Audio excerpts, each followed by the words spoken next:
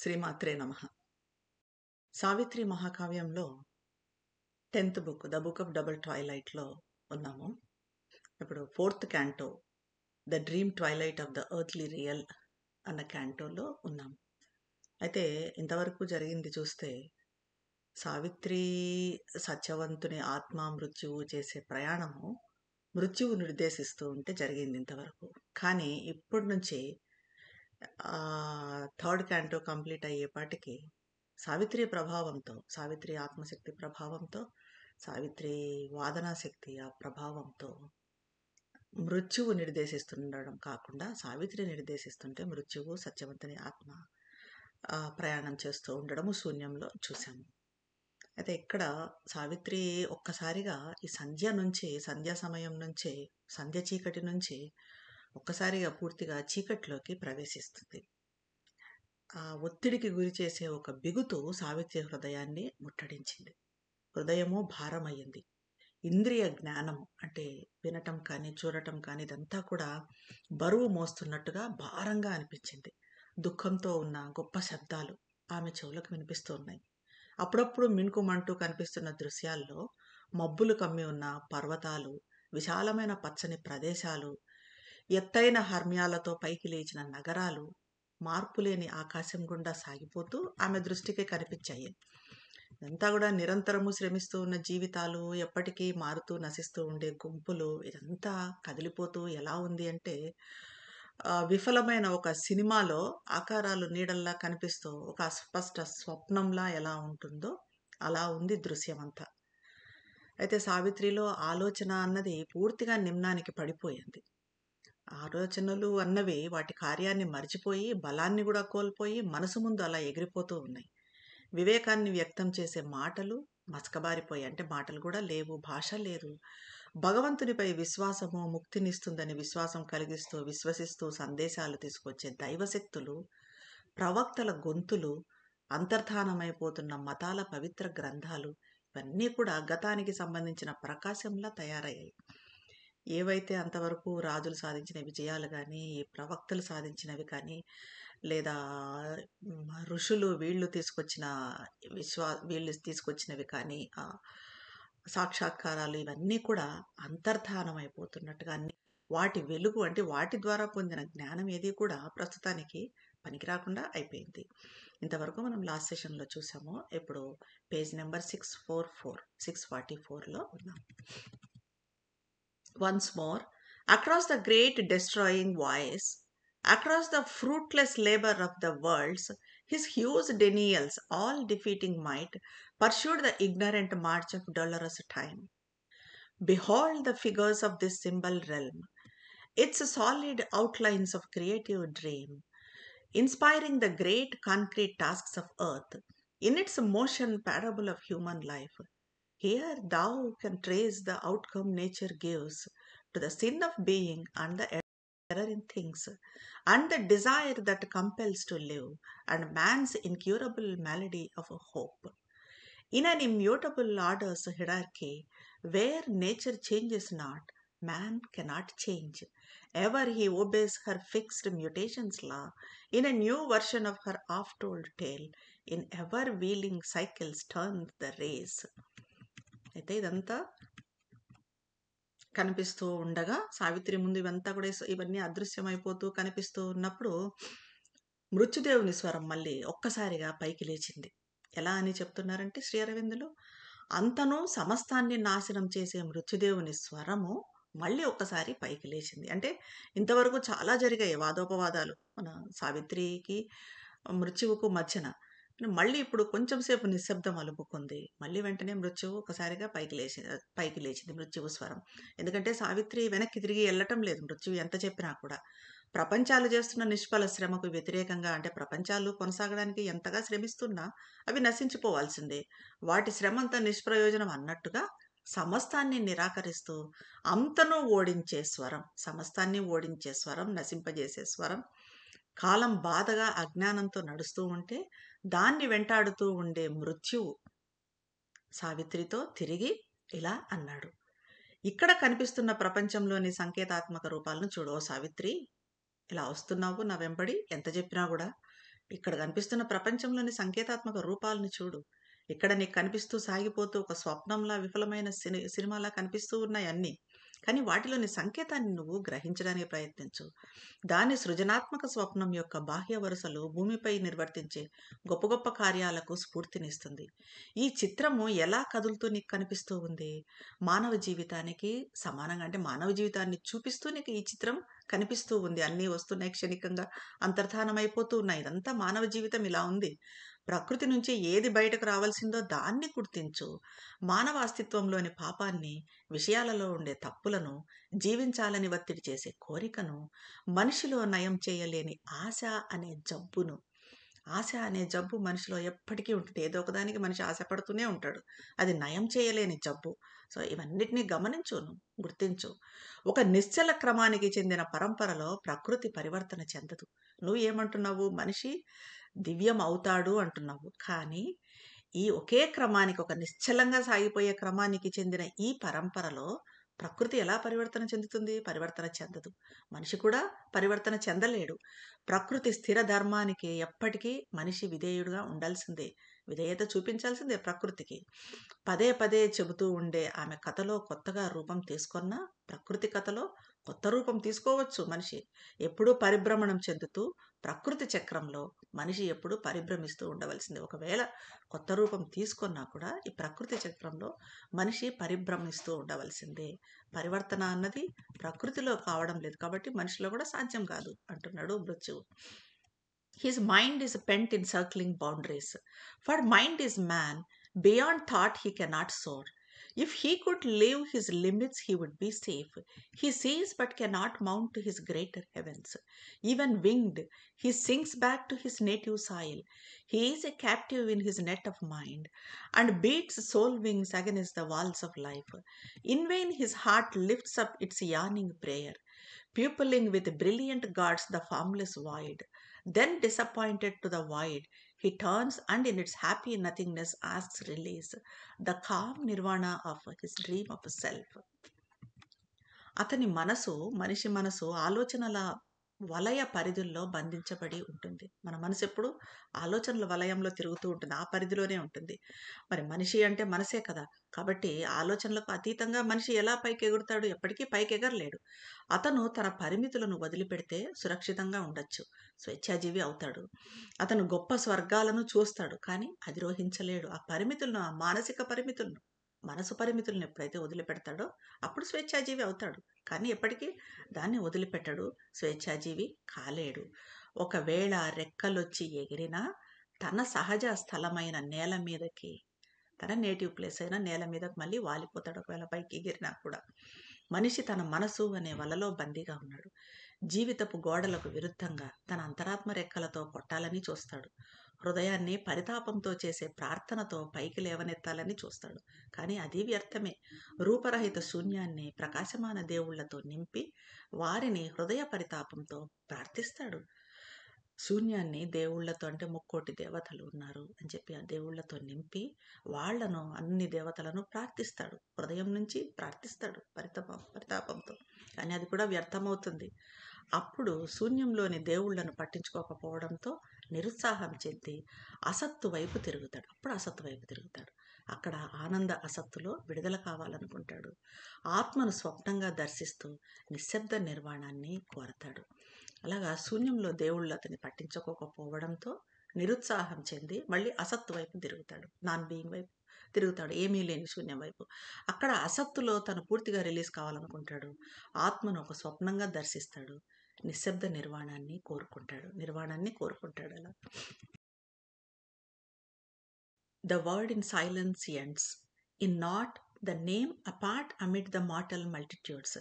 He calls the Godhead incommunicable to be the lover of his lonely soul, or casts his spirit into its void embrace, or he finds his copy in the impartial all. He imparts to the immobile his own will, attributes to the eternal wrath and love, and to the ineffable tends 1,000 names. Hope not to call God down into his life. How shall thou bring the everlasting here? There is no house for him in hurrying time. Vainly thou seekest in matters world an aim. No aim is there, only a will to be. All walk by nature, bound forever the same. అలా దివ్యపదము నిశ్శబ్దంలో అంతమవుతుంది. పదం అన్నది అంత దివ్యపదం అంతమవుతుంది. అంటే మాట అన్నది ఉండదు. పేరు శూన్యంలో కలిసిపోతుంది. జనసమూహం నుంచి వేరుగా ఉంటూ తెలియజేయ వీలుగాని దైవాన్ని, అంటే వర్ణించశక్యంగాని దైవాన్ని తన ఒంటరి అంతరాత్మగా ప్రేమికుడుగా ఉండమని పిలుస్తాడు. లేదంటే ఆత్మను శూన్యంతో కలుపుతాడు. లేదా నిష్పక్షపాత సర్వము అయిన భగవంతునిలో తన నకలు, అంటే తనని తాను చూసుకుంటాడు. తానే భగవంతుడని అనుకుంటాడు. నిశ్చలుడైన భగవంతునికి తన సొంత సంకల్పాన్ని ఆయన సంకల్పంగా చేస్తూ, తన సంకల్పాన్ని తనే భగవంతుడు అనుకుంటూ తన సంకల్పాన్ని భగవంతుని సంకల్పంగా చేస్తూ శాశ్వతునికి తన లక్షణాలైన కోపాన్ని ప్రేమను ఆపాదిస్తాడు.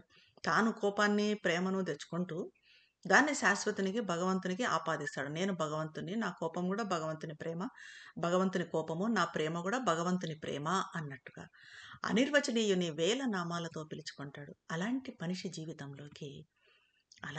జీవితంలోకి భగవంతుని క్రిందకు పిలవాలని ఆశిస్తున్నాం. అలా ఆశించకు. ఏ విధంగా నిత్య శాశ్వతిని ఇక్కడికి తీసుకురావాలనుకుంటున్నావు? ఏ విధంగా ఎటర్నల్ని ఇక్కడికి తీసుకురావాలనుకుంటున్నావు? హడావిడిగా పరుగులు పెడుతూ సాగిపోతున్న కాలంలో ఆయన నివసించడానికి గృహం లేదు. ఎలా ఉంటుంది మనిషి జీవితము? హడావిడిగా పరుగులు పెడుతూ దేని మీద ఒక క్షణం ఉండకుండా, ధ్యాస లేకుండా పరిగెత్తూ ఉంటాడు. అలాంటప్పుడు అక్కడ దేవుడు ఎక్కడ నివసిస్తాడు? ఎక్కడుంది దేవుడికి ఇల్లు అన్నది? వ్యర్థంగా పదార్థ ప్రపంచంలో ఒక లక్ష్యం కోసం అన్వేషిస్తున్నావు.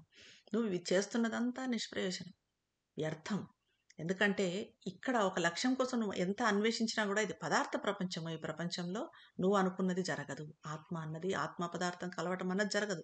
ఇక్కడ ఒక లక్ష్యం అంటూ ఏదీ లేదు. కేవలం ఒక సంకల్పమే ఉంది. అది ఏంటి అంటే అంత సమస్తము ఎప్పటికీ ప్రకృతిబద్ధంగా ఒకే విధంగా ప్రకృతి చేత నడవబడుతూ ఉంది. అంటే ప్రకృతి నడిపిస్తూ ఉంది ప్రతిదీ ప్రకృతి చేత నడవబడుతూ ఉంది. అదే ఒకే ఒక సంకల్పం, భగవంతుని సంకల్పం అదే. ఇంకా అంతకు మించి నువ్వు దేన్ని మార్చలేవు. ప్రకృతి మారదు, మనిషి మారడు. నువ్వు ఎందుకు ఊరికే వ్యర్థంగా నీ ఆదర్శాన్ని పట్టుకొని, దాన్ని పట్టుకొని ప్రయోజనం లేదు, దాన్ని పట్టుకొని ఇంకా ఇంకా ఇంకా ముందుకు వెళ్ళాలని అనుకుంటావు అంటున్నాడు మృత్యువు. All walk by nature, bound for ever the same. Look on these forms that stay a while and pass, these lives that long and strive, then are no more, these structures that have no abiding truth. The Savior creeds that cannot save themselves, but perish in the strangling hands of the years. Discarded from man's thought, proved false by time, philosophies that strip all problems bare, but nothing ever have solved since earth began, and science is omnipotent in vain, by which men learn of what the suns are made, transform all forms to serve their outward needs, ride through the sky and sail beneath the sea, but learn not what they are or why they came. అంతా ప్రకృతికి బద్ధమై ప్రకృతి ప్రకారంగానే ప్రకృతికి విధేయత చూపిస్తూ ఎప్పటికీ ఒకే రకంగా నడుస్తూ ఉంటుంది. ఈ రూపాలను చూడు, కొద్ది కాలం ఉంటాయి, ఆ తర్వాత సాగిపోతాయి. ఏది కూడా పర్మనెంట్గా శాశ్వతంగా ఉండవు. దీర్ఘకాలం శ్రమిస్తూ సంఘర్షిస్తూ ఉండే జీవితాలు, ఇప్పుడు చూస్తున్నావు నువ్వు ఇంతగా శ్రమిస్తూ ఉన్న జీవితాలు, అవి తర్వాత ఉండవు.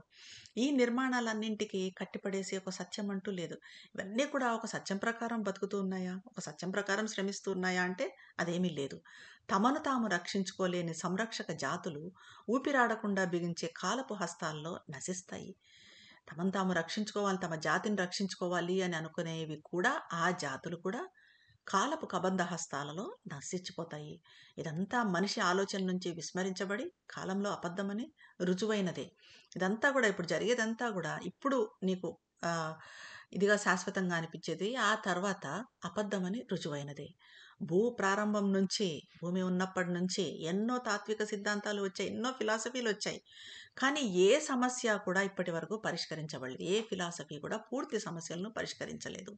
అన్ని సమస్యలను పరిష్కరించలేని ఈ సిద్ధాంతాలన్నీ, ఈ తత్వశాస్త్రాలన్నీ కూడా నిష్ఫలంగా, నిష్ప్రయోజనంగా, వ్యర్థంగా అలా ఉండిపోయాయి. సూర్యులు ఎలా తయారయ్యారు అని ఖగోళాన్ని శోధించి ఎన్నో కనిపెట్టింది సైన్స్. అలా కనిపెట్టి సర్వసమర్థమని అనుకుంటుంది. ఆమినిసెంట్ అనుకుంటుంది. అటువంటి విజ్ఞాన శాస్త్రం కూడా వ్యర్థమే. ఇదంతా కూడా రూపాలను మార్చి మానవుల బాహ్య అవసరాలను తీరుస్తాయి. ఇవన్నీ కూడా ఇప్పుడు సైన్స్ ఏది కనిపెట్టినా ఎంత చేసినా ఇదంతా కూడా మనిషి బాహ్య అవసరాలను తీర్చడం వరకు జరుగుతుంది.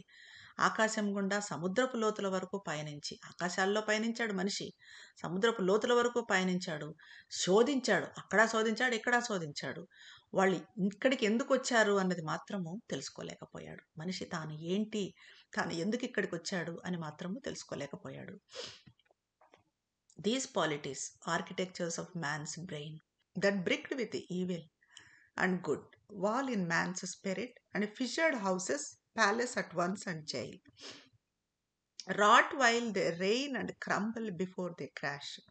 These revolutions, demon or drunken god, convulsing the wounded body of mankind, only to paint in new colors an old face.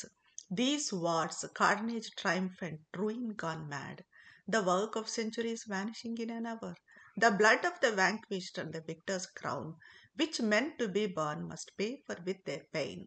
The hero's face divine and satire's limbs, the demon's grandeur mixed with the demigods, the glory and the beasthood and the shame. మనిషి తెలివి, మెదడు, మనిషి మస్తిష్కము నిర్మించినవి ఈ రాజకీయాలన్నీ కూడా. ఇప్పుడు జరుగుతున్నవి, ఒకప్పుడు జరిగినవి అంతా. ఇవి మంచి చెడు అనే ఇటుకలతో మానవ ఆత్మ చుట్టూ గోడను నిర్మించాయి. మనిషి మెదడే మంచి చెడు అన్నది నిర్మించింది. ఆ మనిషి మెదడు నిర్మించిన మంచి చెడు అనే ఇటుకతో మానవ ఆత్మ చుట్టూ గోడ తయారయ్యింది. ఇక బీటలు బారిన ఇల్లు, రాజభవనాలు, అదే రకంగా జైళ్ళు, ఇవన్నీ కూడా అవే. పాలిస్తూ ఉన్నప్పుడే అవి కూలిపోకముందే బలహీనమై విచ్ఛిన్నమవుతాయి. ఇవన్నీ కూడా రాజభవనాలు, ఈ జైలు, ఇవంతా కూడా పరిపాలిస్తూ ఉన్నప్పుడే అవి కుప్పకూలిపోకముందే బలహీనమైపోయి విచ్ఛిన్నమవుతాయి. ఈ విప్లవాలు, ఎన్నో రెవల్యూషన్స్ జరిగాయి విప్లవాలు. రాక్షసుడు లేదా కళ్ళు తాగిన దేవుని లాంటివి ఈ విప్లవాలు. ఎలాంటివి? రాక్షసుడు లేకపోతే కళ్ళు తాగిన దేవుడు ఎలా అయితే నిర్ణయాలు ఇవంతా తీసుకుంటాడో, ఎలాంటివి జరుగుతాయో అలాంటివి. దెబ్బతిన్న మనిషి శరీరాన్ని అనియంత్రంగా చేసి, మనిషి శరీరాన్ని ఇంకా అసలు నియంత్రించుకోలేనంతగా చేసి, కేవలం ఒక పాత ముఖం మీద కొత్త రంగులు చిత్రిస్తాయి. ఏదో కొత్తగా కనిపెట్టాం, ఈ రెవల్యూషన్స్తో ఏదో కొత్తది బయటకు వచ్చింది అని అనుకుంటారు. కానీ అదేంటి? పాత ముఖం మీదనే కొత్త రంగులు వేయటము. ఈ యుద్ధాలు, వాటిలో జరిగే మారణ హోమాలు, పొందే విజయాలు, యుద్ధాల ద్వారా పొందే విజయాలు, జరిగే మారణ హోమాలు, ఇవన్నీ కూడా పిచ్చిగా శిథిలమైపోయాయి. శతాబ్దాలు కష్టించి చేసిన పని కూడా ఒక్క గంటలో అదృశ్యమైపోతుంది. శతాబ్దాల తరబడి ఎంతో పని చేసినా అది ఒక గంటలో అదృశ్యమైపోతుంది.